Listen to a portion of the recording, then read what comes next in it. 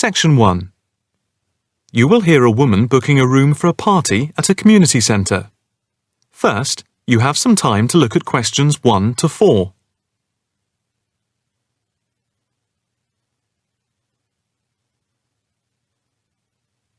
You will see that there is an example which has been done for you. On this occasion only, the conversation relating to this will be played first. Hi, good morning. My name's Pete. How can I help you? Hi, my name's Maria Lincoln. I understand you hire out rooms in the community centre as venues for parties? The woman's first name is Maria. So, Maria has been written in the space. Now, the test will begin. You should answer the questions as you listen, because you will not hear the recording a second time. Listen carefully and answer questions 1 to 4. Hi, good morning. My name's Pete. How can I help you? Hi, my name's Maria Lincoln. I understand you hire out rooms in the community centre as venues for parties? Yes, we do. We've various sized accommodation. It depends on what you're looking for, really. We're looking to hold a party, a children's birthday party, and we need a room that will hold about 70 people, with space for a small disco area, games, dancing, and food. Well, we have a large room, and it would certainly hold at least 100 people comfortably. It's used a lot for parties and things like that. That sounds as if it might be suitable. I've tried various venues, and they're either booked up or they don't hold enough people. Can you tell me when you were thinking of holding the party? I know it's short notice, but we wanted to hold it Saturday week. That's September 15th. Let's have a look. Yes, you're in luck. The Mandela suite is free then. I'll just write that down. M-A-N-D-E-L-A. And the time. When were you thinking of holding it? In the afternoon, from 3:30 p.m. to 9 p.m. Yes, okay. There's no smoking on the premises, and we're only licensed to have soft drinks. That's okay. I think I'm happy to go ahead. Before you hear the rest of the conversation, you have some time to look at questions 5 to 10.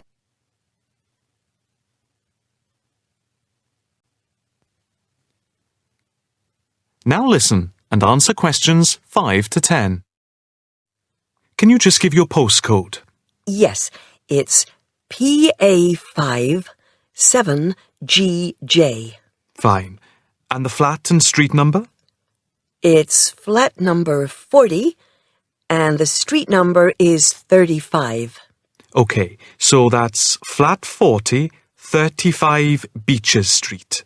Yes, that's right. And a contact number?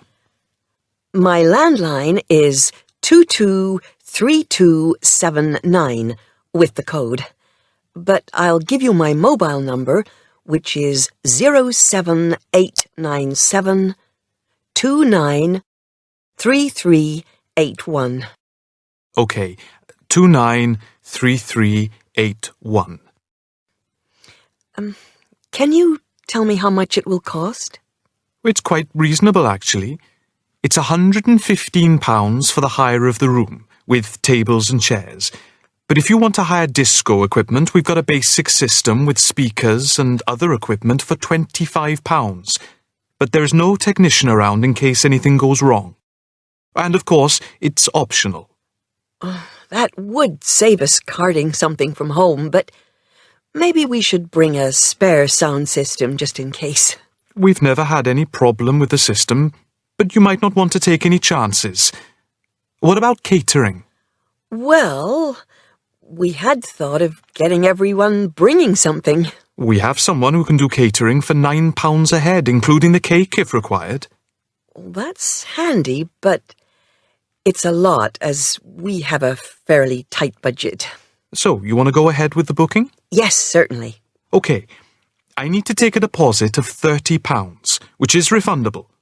The balance needs to be paid 2 days before the event at the latest. Fine. You can cancel up to 2 days before, but after that you lose the deposit. We don't intend to cancel, but is there any insurance we can take out? Yes, there's a form here somewhere. How much? It's, let me see. It's only £9 for the 24-hour period, and that covers you for cancellation, damage, and injury. Well, at least we'd better have a look at it. How would you like to pay the deposit? Cash. I'll just give you a receipt. There you are. 10, 20, 30. £30. Maria Lincoln. Thank you very much. I'm really glad I found somewhere. We have been trying to book a place for the past 2 weeks, so thank you again, and bye for now. That is the end of section 1. You now have half a minute to check your answers.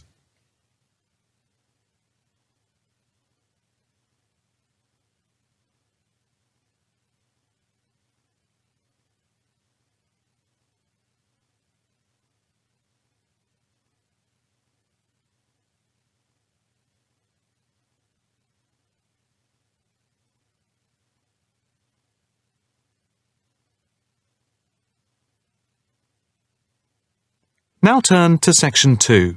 Section 2. You will hear a talk on the radio about grass roofs. First, you have some time to look at questions 11 to 13.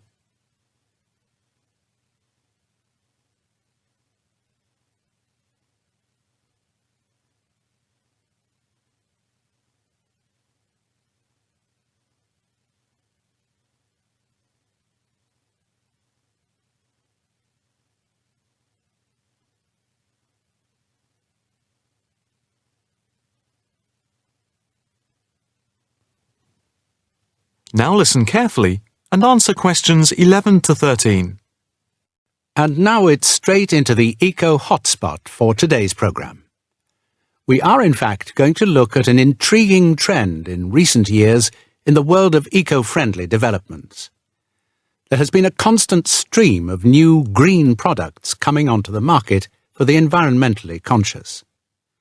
A new departure, which I feel needs greater attention drawn to it, is the increasing interest in grass roofs.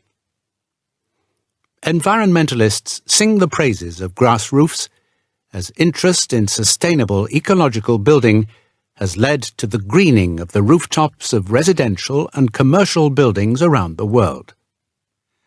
And what does this type of roof consist of? Instead of tiles, which allow water to run off and create flash flooding, the roof has a waterproof underlay, which is laid over the roof deck. This waterproof layer is then covered with layers for insulation and drainage. Then, on top of the insulation and drainage layer, is added a final layer of soil or crushed stones for the plants and/or grass to grow on. The roof can be planted with wildflowers to add colour and life to your rooftop. Before you hear the rest of the talk, you have some time to look at questions 14 to 20.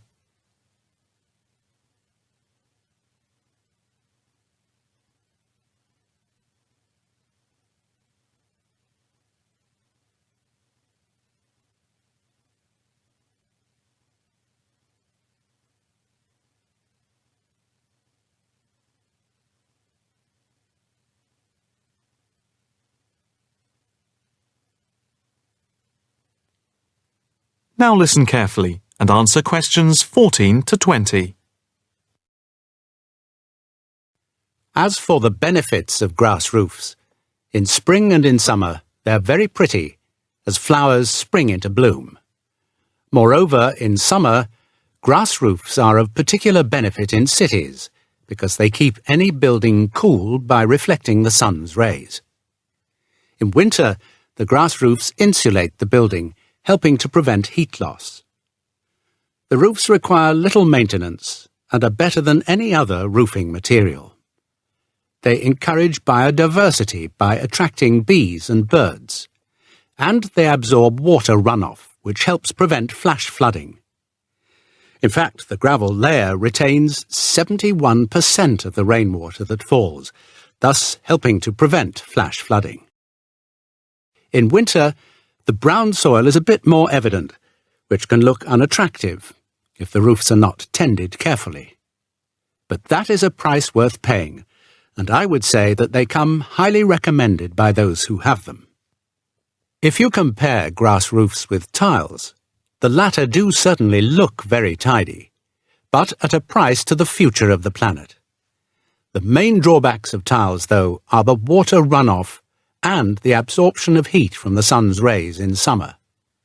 So, if we are to save the planet from the ecological point of view, tiles do not come recommended. The only roof that I can think of which has similar ecological credentials to the grass roof is the thatched roof. Thatched roofs are good insulators and very attractive, but very pricey and not ideal for cities. How can we make more of our roofs green? That is, how can people be persuaded to install grass roofs? The World Green Roof Conference in Australia was a very good start. At a grassroots level, the best way to raise the profile of grass roofs is to make them trendy by highlighting them in fashionable magazines, so that people begin to feel that they cannot do without them. But the idea I like best is holding competitions for the best designed grass roofs. Next week, Eco Hotspot is going to look at... That is the end of section 2. You now have half a minute to check your answers.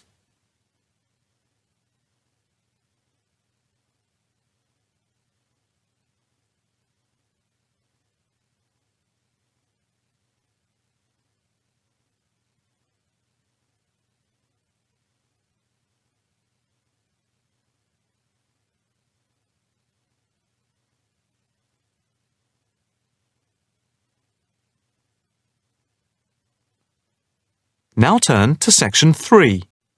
Section 3. You will hear a student talking to her tutor about a presentation. First, you have some time to look at questions 21 to 23.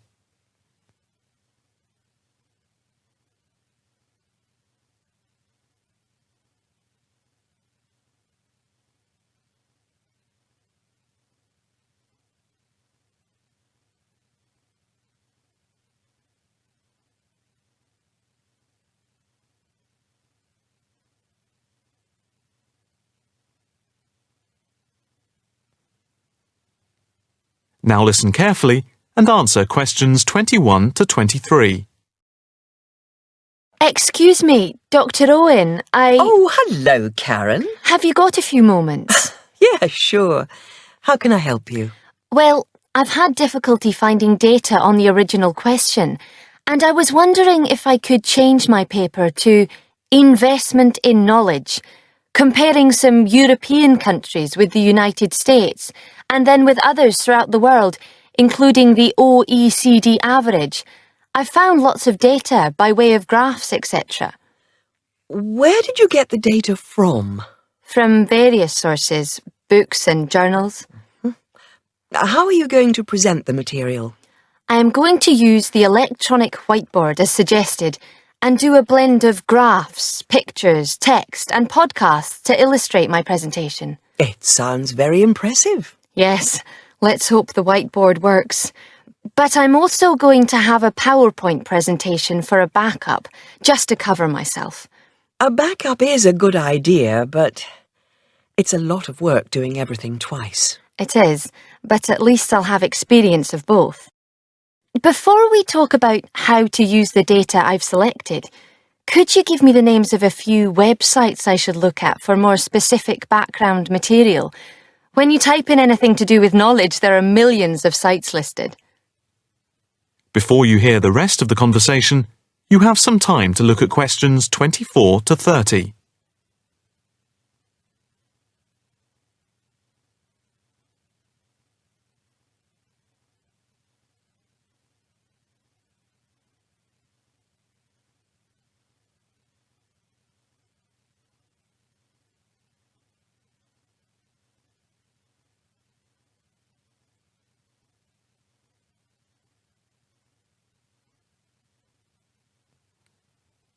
Now listen carefully and answer questions 24 to 30. Let's see. Oh, I'll print you off this list.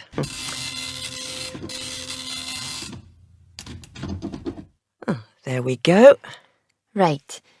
Do I really need to study everything on these? No, I suggest there are 5 or 6 you can look at. The one you have to go through is the IT department section on the university site, which is www.kmul.org.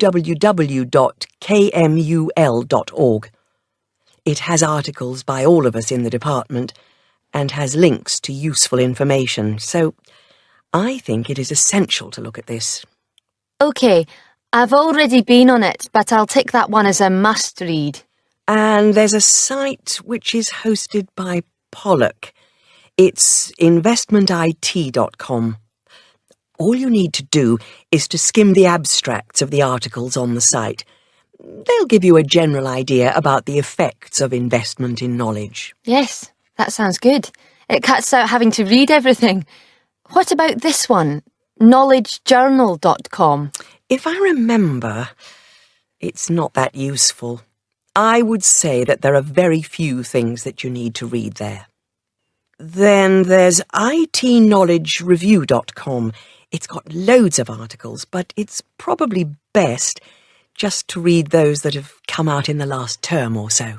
Do you have to subscribe? No, it's free from the university library. And another free journal online is itonline.com. I wouldn't say it's essential to read it, but it is beneficial. And so I think it is worth a look. If you think it's useful, there is no harm in looking at it. But nationalstatistics.com is worth looking at and trying out the links that it gives. I think these are probably enough to be getting on with. I think so. There's another thing I want to ask about. How much material should I use in my presentation? Avoid crowding the screen. If you have lots of information at one time, people will not be able to follow it and will just switch off. That's worth remembering. I've been in lectures where there was too much detail on the screen and it was impossible to read quickly. But what about visuals? Do you think it's okay to mix visuals and text? Visuals are very useful, but they must be relevant, or else people will get confused about what they mean and why they are there, and they won't pay attention to what you are saying. So be careful. From what I can see, you have the makings of a very good presentation. Thank you. That is the end of section 3. You now have half a minute to check your answers.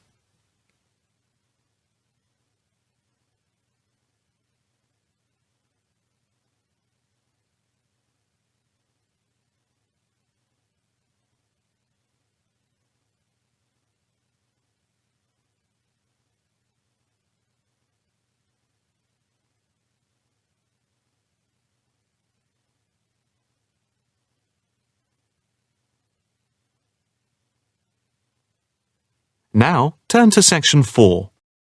Section 4. You will hear a talk on the work of a printing department at a university. First, you have some time to look at questions 31 to 40.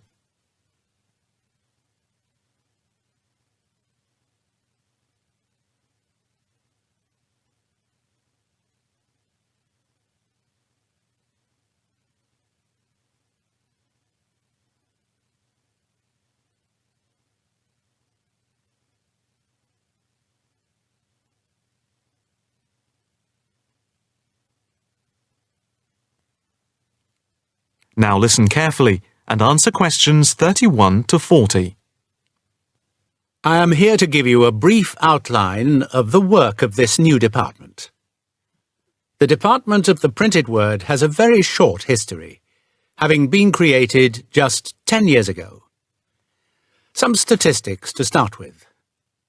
The first intake of undergraduate students consisted of 20 students, which rose to 37 in the second year. And we now have about 50 in the first year, doing a wide range of courses, full and part-time. We have a thriving research department, with 17 students on the taught MA course and 7 students doing research full-time. In all, we have 9 full-time lecturers and 16 part-time lecturers who work mainly but not exclusively in our evening department. Of the total student body, approximately 21% are from outside the country, a number which has been increasing steadily over recent years.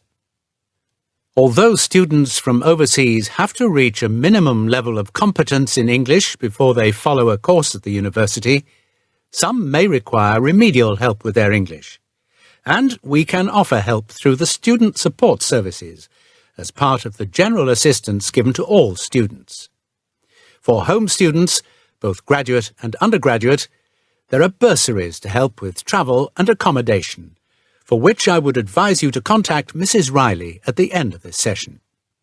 Increasingly, we are forging external links with organisations in the publishing world, and we have been very fortunate in that we have received money to sponsor not just various students within the department, but also technicians and lecturers. Each year we hold a series of lectures which are given by external speakers in the world of printing and the media. The series of workshops that you see around you have been built thanks to a very generous donation which has allowed us to develop our facilities for bookbinding and restoration. Now, the main work of the department relates to teaching the mechanism of printing. And as most printing is now so highly technological, all our students have to be computer literate. For those of you who are interested in taking a module in this department from another department, and who feel that you may not have the necessary computer skills, don't let the technology put you off. We have a number of specialist technicians who can support and deliver crash programs in the computing technology required. As long as you can switch on the computer, you are halfway there. We have what can only be called state-of-the-art facilities, especially for those wishing to move into the publishing world, working not just as printers, but also in editing, page design, layout, and bookbinding. With the extensive facilities we have for book restoration, some of our former students are now employed as expert book restorers and conservationists, skills which were once almost dying out. In the display you will notice samples of work on book cover design, and as well as having all the necessary computer programs for dealing with printing, we have some old printing presses. Despite being largely a modern department, we do have an increasing interest in research into the history of the printed word, ranging from early European to Chinese and Japanese printing techniques. We have in fact some very well-known experts on early printing in Europe in the 15th and 16th centuries. If this area appeals to you, you can talk to Dr. Fred Clare afterwards. From China, we're lucky to have as a visiting lecturer Dr. Yu, who is an authority on early Chinese manuscripts and printing machines. If you are thinking about doing a module with us, or you are interested in doing research after you have finished your first degree, the person to talk to is Professor Clarkson, who will be able to give you all the details. For postgraduate research, you should really be thinking about applying now, even though we are only in December, as the department now attracts large numbers of people, and we always have many applications for each research position. That is the end of section 4. You now have half a minute to check your answers.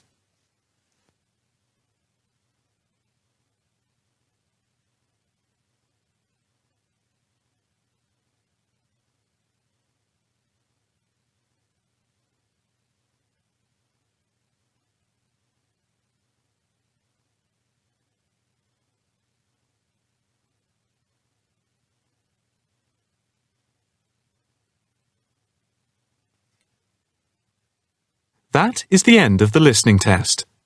You now have 10 minutes to transfer your answers to the listening answer sheet.